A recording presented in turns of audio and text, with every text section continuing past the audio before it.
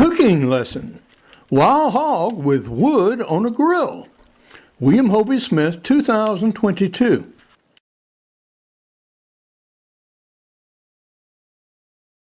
This is Hovey Smith, the Backyard Sportsman. And I was supposed to teach a guy how to cook on wood today. And he had a call back to his restaurant, something probably having to do with the Georgia-Alabama football game today. Well, I have meat thawed that's got to be cooked. So we're going to go ahead and do the lesson anyway and video it. So you will have the benefit that he missed. You won't be able to quite smell it and taste it, but we're going to take you through the entire process of actually cooking a wild game meal on wood. Now the menu we're going to have is going to start off with a hog soup. This was made last night, and what it consisted of is the shank bones and the hip bone of a wild hog that had previously been put on the grill and cooked, and that roast eaten, and the bone and the scraps remaining on the bone were put in a pot and boiled, and vegetables were added. And so that was the basis of the soup, which we've already done. The next dish is what I call an enhanced coleslaw. Now, unlike a traditional coleslaw, this coleslaw contains meat. In this case, grilled deer meat. Some left over from a meatloaf that I cooked a while back. It also has sparse mayonnaise in it compared to most coleslaws, so it is not soupy. In addition, I add cranberries and sweet pickles to it, which gives the entire thing a rather unusual twist for the prosaic coleslaw. Now we have and are going to cook both deer ribs and wild hog ribs on the grill. Now grilling these ribs has the problem that if you grill them too much, they get so hard and tough and crusty that there's nothing left to eat. So consequently, you have to grill them softly, then finish them off in a water bath in an oven, which is exactly what we'll do. We also have cooked egg bread. Now, egg bread is a variety of cornbread and is best made with a coarse ground yellow cornmeal, and that's its traditional thing. Well, I can't get it anymore. I think there's one mill about 15 miles away that actually grinds it occasionally. But what the egg bread is, it consists of cornmeal, 2 eggs, a teaspoon each of salt, soda, baking powder, and sugar, and buttermilk or milk to make the batter, and then cooked in a cast iron frying pan in the oven at 350 degrees until it's done. And that makes for a nice, very pretty and edible egg bread. And I typically might eat it for breakfast, for example, with some syrup and butter. Which we'll also have pear sauce, the last batch of which I made perhaps a month ago. Now all the pears are dropped and the trees are bare. But the sauce goes very, very well with barbecue, pork or beef or venison. And it adds a lot to a meal to have a little sauce on the side. In addition, we're going to make some homemade barbecue sauces. Now, barbecue sauces have a very wide range of taste. You can go to North Carolina and you can get a very vinegar-based sauce. You can go to parts of North Georgia and Alabama, and you'll get a mustard-based sauce. Here in Middle Georgia, we usually go with a tomato-based sauce. And we'll show you some of these things as we go along. Now, this is going to take a while. This will take basically all day. Now, we have some surprises for you as well. Another traditional dish that goes with barbecues are sweet potatoes. And we have one of the biggest sweet potatoes you have ever seen, or I have ever seen. That thing is like this.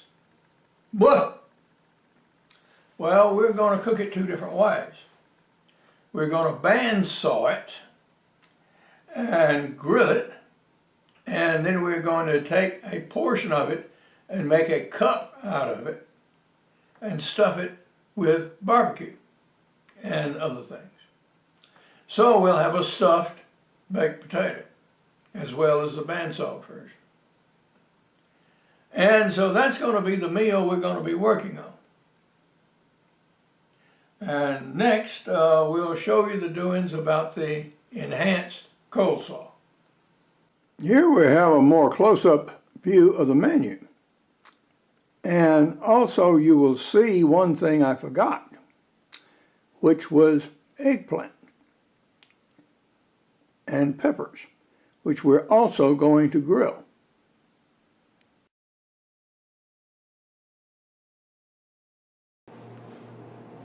The chopped ingredients for the coleslaw are ready.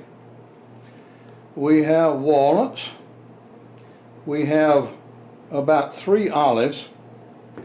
This is our meatloaf, which ordinarily I would just use ground deer, bell peppers, and onion. And so all of this goes with the cabbage that we already have, plus cranberries. Give it a little sweetness. I'm now going to add what might be called the liquid ingredients, the sweet pickle relish,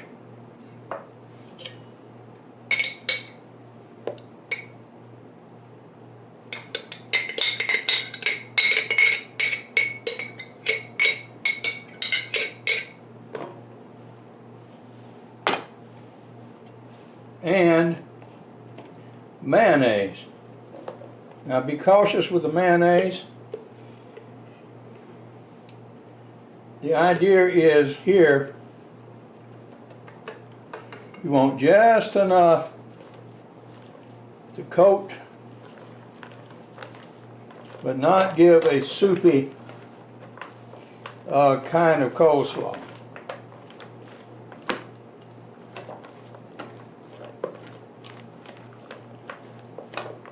Ideally, you want to get a little taste of mayonnaise on every leaf.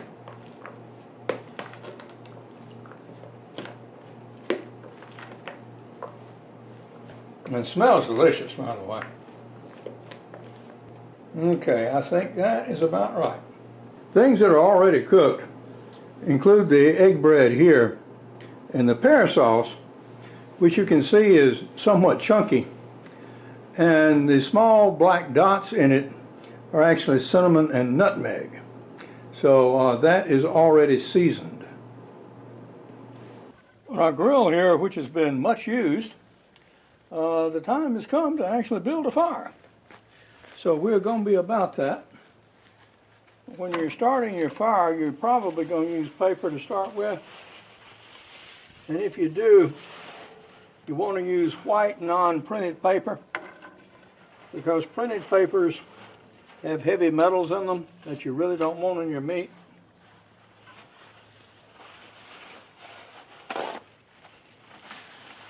So we're going to use some paper toweling here. And a little piece of cardboard tube. And twigs we picked up out of the yard. These are pecan. We want to actually put the smaller ones on the bottom, of course.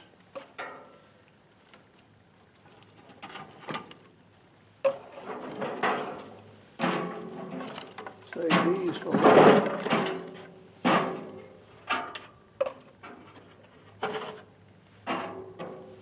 And I've broken them up so they'll more or less lie flat.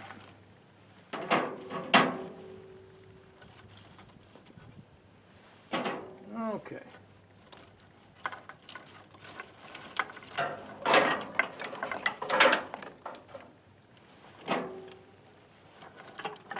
It rained hard last night, and I picked these up the night before so they'd have a chance to stay dry, and just kept them inside the cooker through the rainstorm.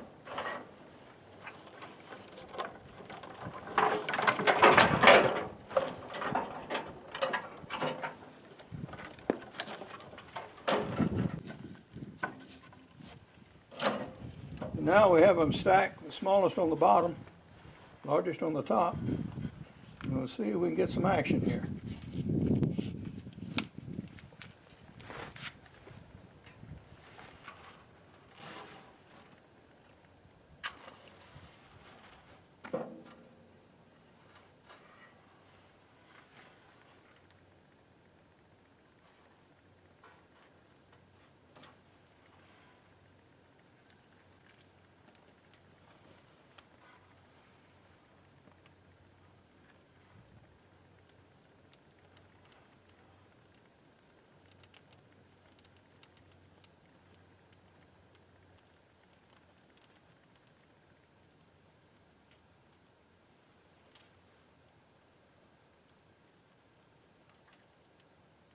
I'm hearing a little popping and cracking, which is a good sign.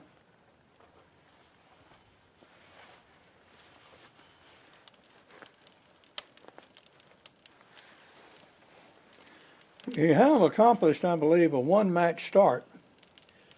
So it'll take a little while for that wood to completely catch. But it is getting there, and that's fast enough. And now I can go inside and prepare the meat. We now have a cherry fire, and I'm going to put some larger pieces on it, some cut branches, so that we can really start building up some coals. So it'll be the coals we'll actually cook on, not on the active flames.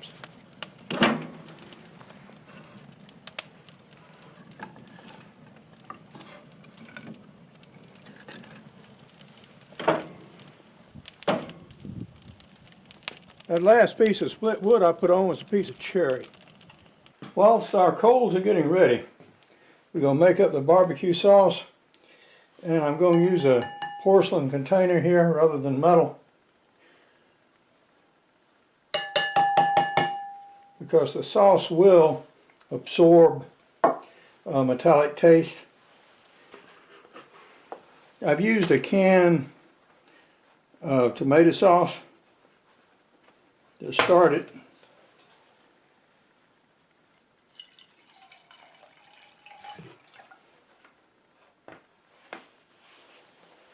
And this is about a quarter can of white vinegar.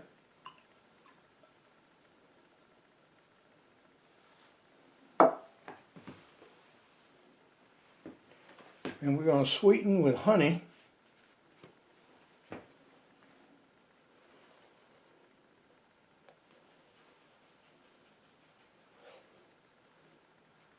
That's going to take a while. Okay. Turn it upside down there. And we're going to season it with a little bourbon. Well, actually, technically a whiskey, but bourbon would do fine.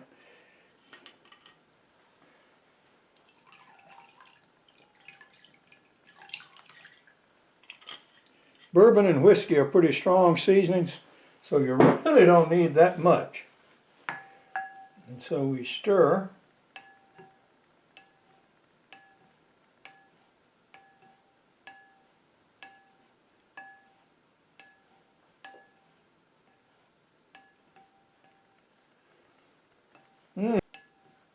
Yeah, I can really smell that whiskey coming out of here. But we need to have some sweetening agent. Yeah, I'm going to have to work on that for a while. I've extracted about a quarter cup of honey here. And I'm going to fill this about half full of the sauce and take a teaspoon and dissolve this honey into the sauce and keep adding sauce until I get it all liquefied.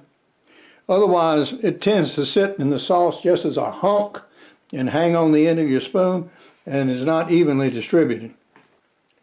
Well, we just take a teaspoon and keep stirring until you don't feel resistance anymore.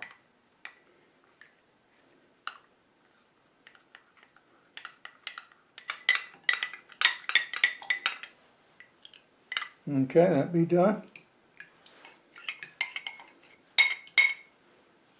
Okay. And that's certainly much better than if you just dumped it in there, I guarantee you. Okay, so now we mix, taste, and see where we are.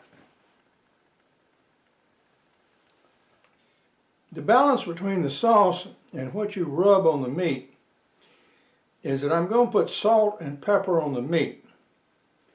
So the sauce doesn't particularly need it.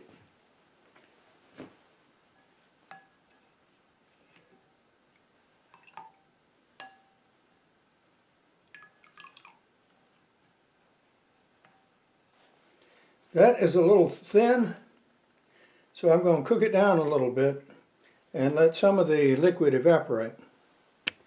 I added a little flour to thicken the sauce and then whisked it to get the lumps out of it. Now you could have added cornstarch as well. As it cools, it'll get stiffer. The first load of wood is looking good.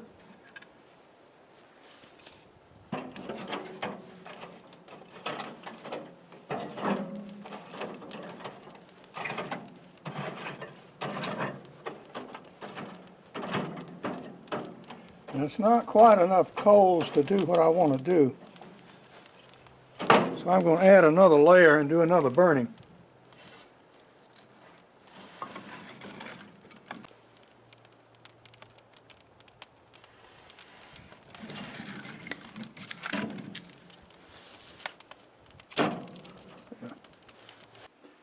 If a kid ever said, "Ma, I want a bigger sweet tater," well, I don't think he had one quite this large in mind. This is the biggest sweet potato I've ever seen. And just for the record, it's 8 3/4 long and about 6 inches tall. Wow. Now, bandsaws are not commonly considered kitchen utensils, but we're going to bandsaw this thing, and I'm actually going to make a cup out of a portion of it and slice the rest so we can grill it.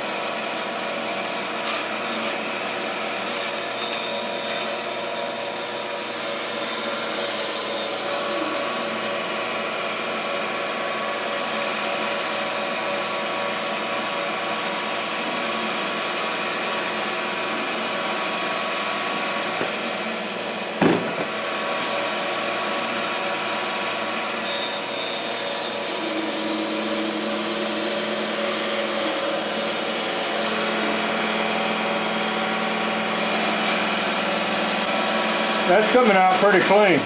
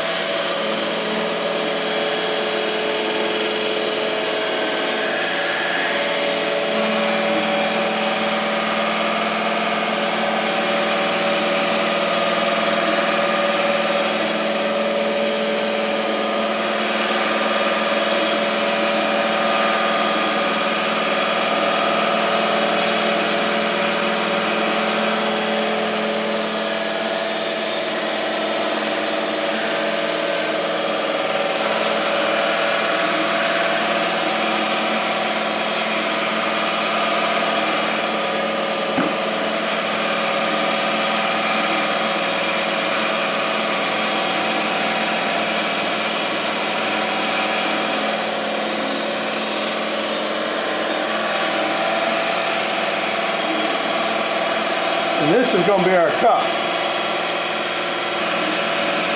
Just going to run some wood through the saw. Clean up the blade.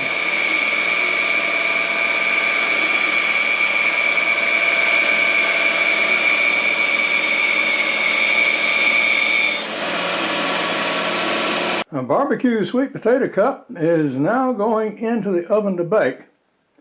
And after it bakes, I'll hollow it out and then put it on the grill and let it get a little smoke. But right now, with that thick piece of sweet potato, yeah, I think the oven is the best way to go. The last thing to slice is our eggplant.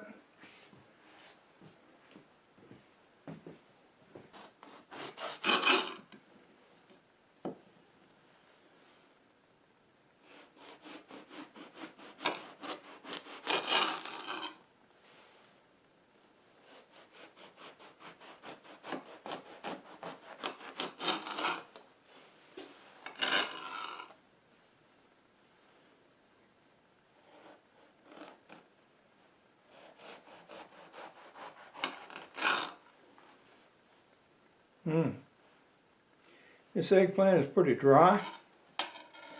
Many of them weep more than this.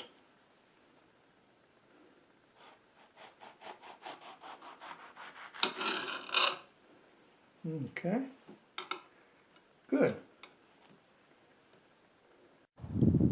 The fire is now right, and we have everything in a high degree of readiness.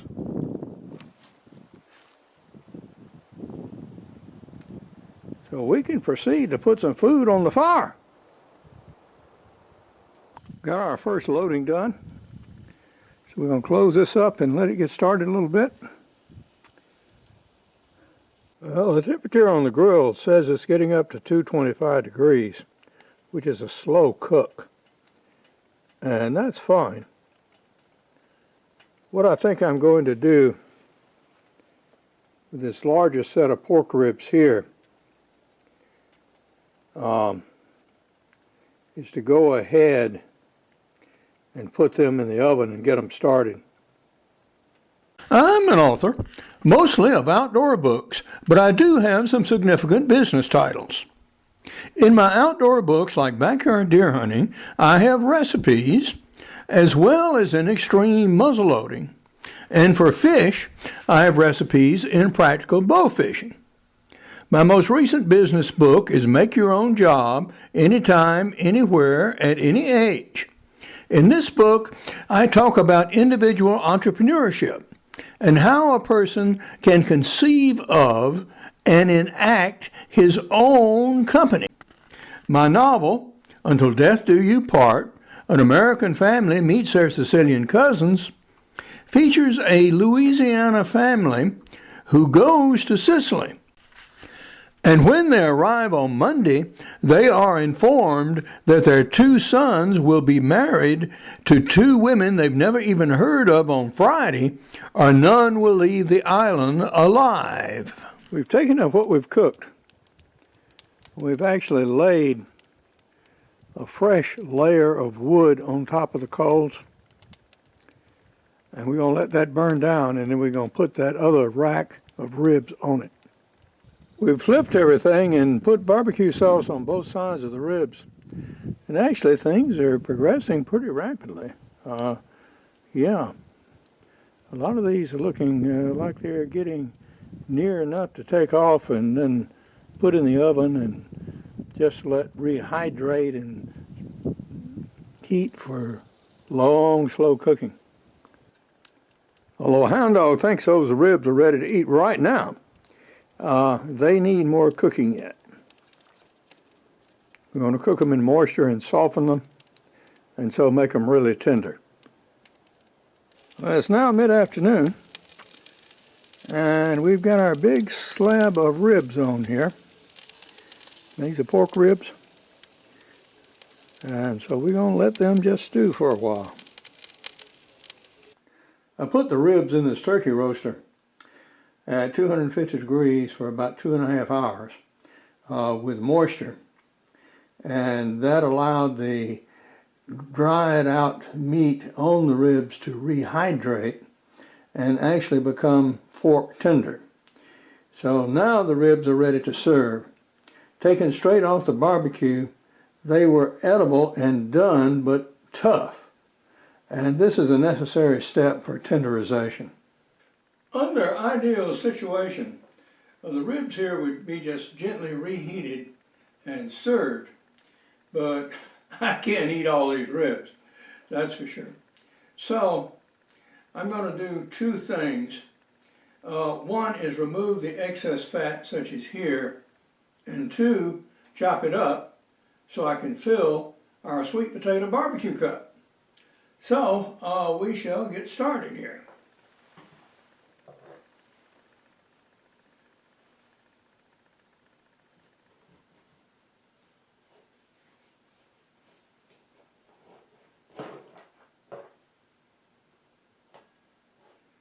You can see the very large amount of fat here, here, and here, and I'm going to trim that away as I get into the slices.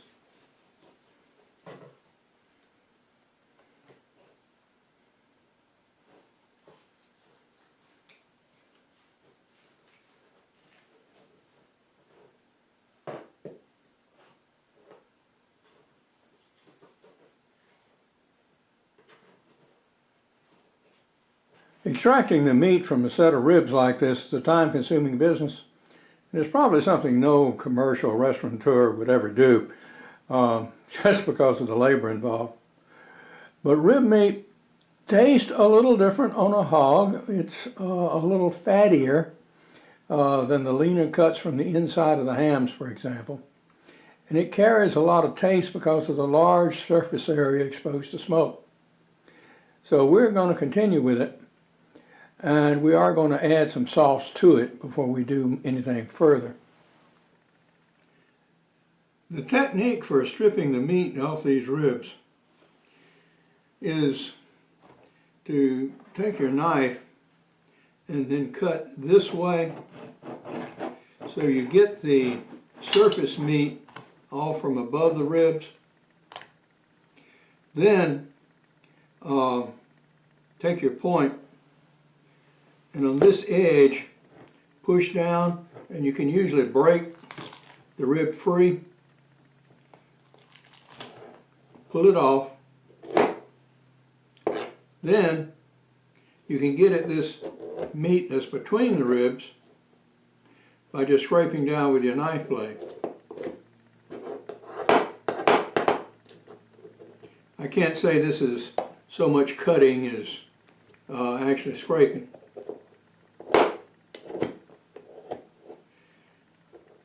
Now the question is, why bother? Well, this meat between the ribs captures a lot of flavor. So that's why you go to the trouble to recover it.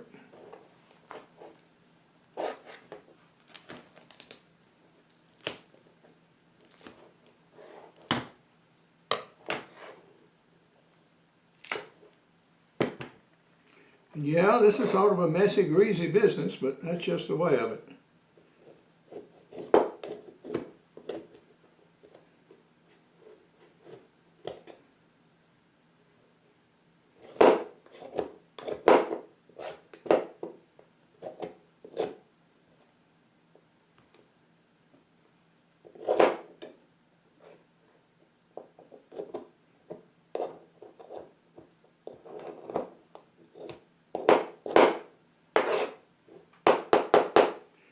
And no, you don't want to be doing this while you've got a dining room full of people waiting for food.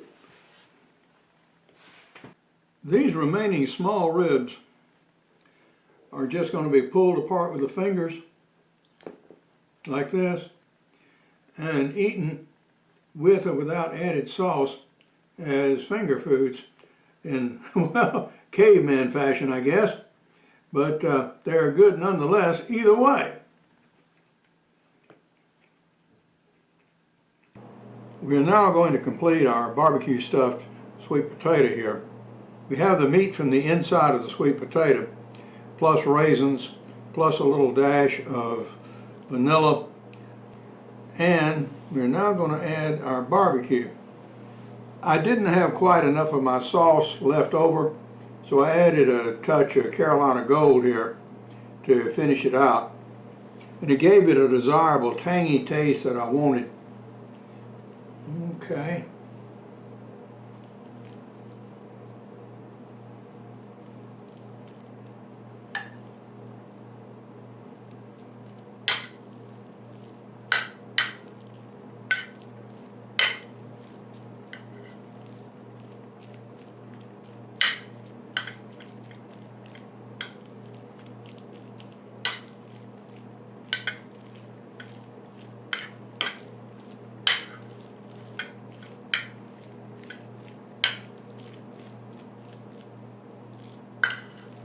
All right. This can go back in now.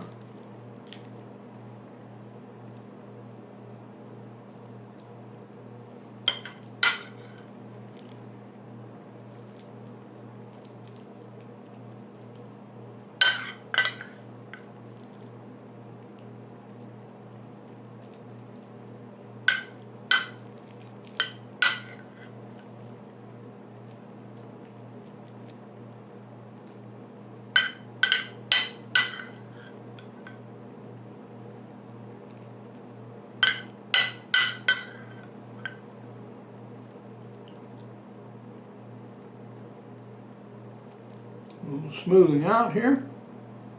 Since everything is cooked, all this needs now is just throwing in the microwave and warming for about 3 minutes, and it would be ready.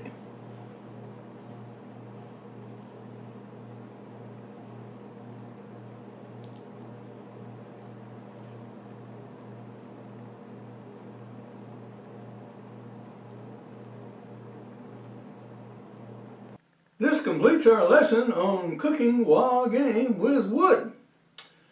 And what we have done is we have done most of our menu, not quite all, but most, because quite frankly I didn't have some packages labeled correctly in my freezer. And what we did was cook all wild hog ribs. And I was thinking I was pulling a package or two of deer ribs, but they turned out to be wild hog as well. So, what did we got? We did some vegetables. We did our giant sweet potato here with a bandsaw, eggplant on the grill. We have our stuffed sweet potato here, our soup, which was done from bones, actually cooked, I don't know, maybe 2 or 3 years ago, and now used to make the soup. Incidentally, the stock we recovered from the turkey roaster will be used for a future soup. We had cornbread. This is our rib barbecue meat. Now this contains a lot of gristle and fat and chewy bone fragments, etc., etc., etc. So yeah, this is something you might serve in hunt camp, but you certainly wouldn't serve in a restaurant. These are our small deer ribs, which are now, as I say, mostly finger food. And we have our enhanced coleslaw, which we did first off. The pear sauce can go on the cornbread in a bowl. You split the cornbread, run it in the microwave with a little pat of butter on top. Add the pear sauce, then a dollop of Cool Whip or something like that, and then you have a fine dessert. You can put a little syrup on it as well. So this completes our meal, and I hope you've enjoyed the exercise. But now this is Hovey Smith, reminding you to hunt what you eat and eat what you hunt. Be legal, be ethical, be safe, God bless, and see you next time. Managing a wood-fired grill is much more time-consuming than grilling with charcoal or gas. Wood burning also generates more heat that can damage inexpensive grills, as it has mine, which is about on its last legs. If any maker has a grill that they want me to test that will work with wood and charcoal, they can contact me at hoveysmith@bellsouth.net. To support this channel, please buy my books. For more information on my books, blogs, and more than 900 videos, go to www.hoviesmith.com. To learn more about my acclaimed business books, go to makeyourownjobsecurity.com. To find out how my novel, screenplay, and movie project is coming along, go to fatherthegrooms.net. The novel, now titled Until Death Do You Part, An American Family Meets Their Sicilian Cousins, is available in softcover and ebook or as an audiobook from Amazon.com and other booksellers worldwide. Hunt what you eat and eat what you hunt. Goodbye and God bless.